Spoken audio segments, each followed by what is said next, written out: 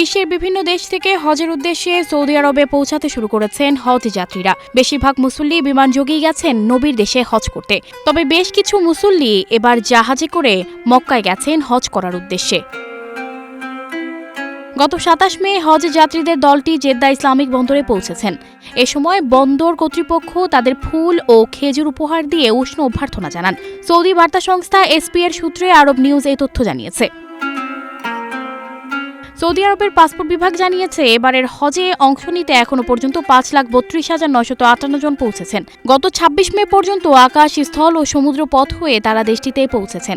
এর মধ্যে আকাশপথে ৫,২৩,৭২৯ জন সৌদি আরব গিয়েছেন, আর স্থলপথে ৯,২১০ জন এবং সমুদ্রপথে ১৯ জন দেশটিতে প্রবেশ করেন।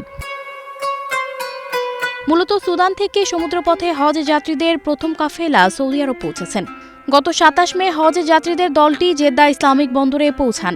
সৌদি আরবের বন্দর কর্তৃপক্ষ জানিয়েছে, সমুদ্রপথে হজ যাত্রীদের যাওয়া আসা সহজ করতে বিশেষ লজিস্টিক পরিষেবার ব্যবস্থা করা হয়েছে।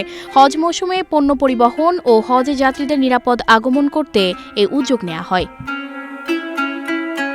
এদিকে বাংলাদেশ সরকারের ধর্ম মন্ত্রণালয় জানিয়েছে, চলতি বছর বাংলাদেশ থেকে হজ করবেন ৮৫,২৫৭ জন।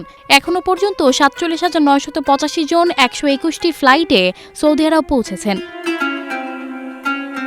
গত ৯ মে থেকে বাংলাদেশি হজ যাত্রীদের সৌদি আরবে যাওয়ার ফ্লাইট শুরু হয়।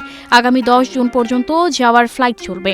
হজ শেষে ২০ জুন ফিরতি ফ্লাইট শুরু হবে। দেশে ফেরার ফ্লাইট শেষ হবে আগামী ২২ জুলাই। চাঁদ দেখা সাপেক্ষে আগামী ১৬ জুন পবিত্র হজ অনুষ্ঠিত হবে। এবছর সারা বিশ্বের ২০ লাখের বেশি মুসলিম হজ পালন করবেন বলে আশা করছে সৌদি আরব। সানজিদা রহমান, প্রবাস খবর।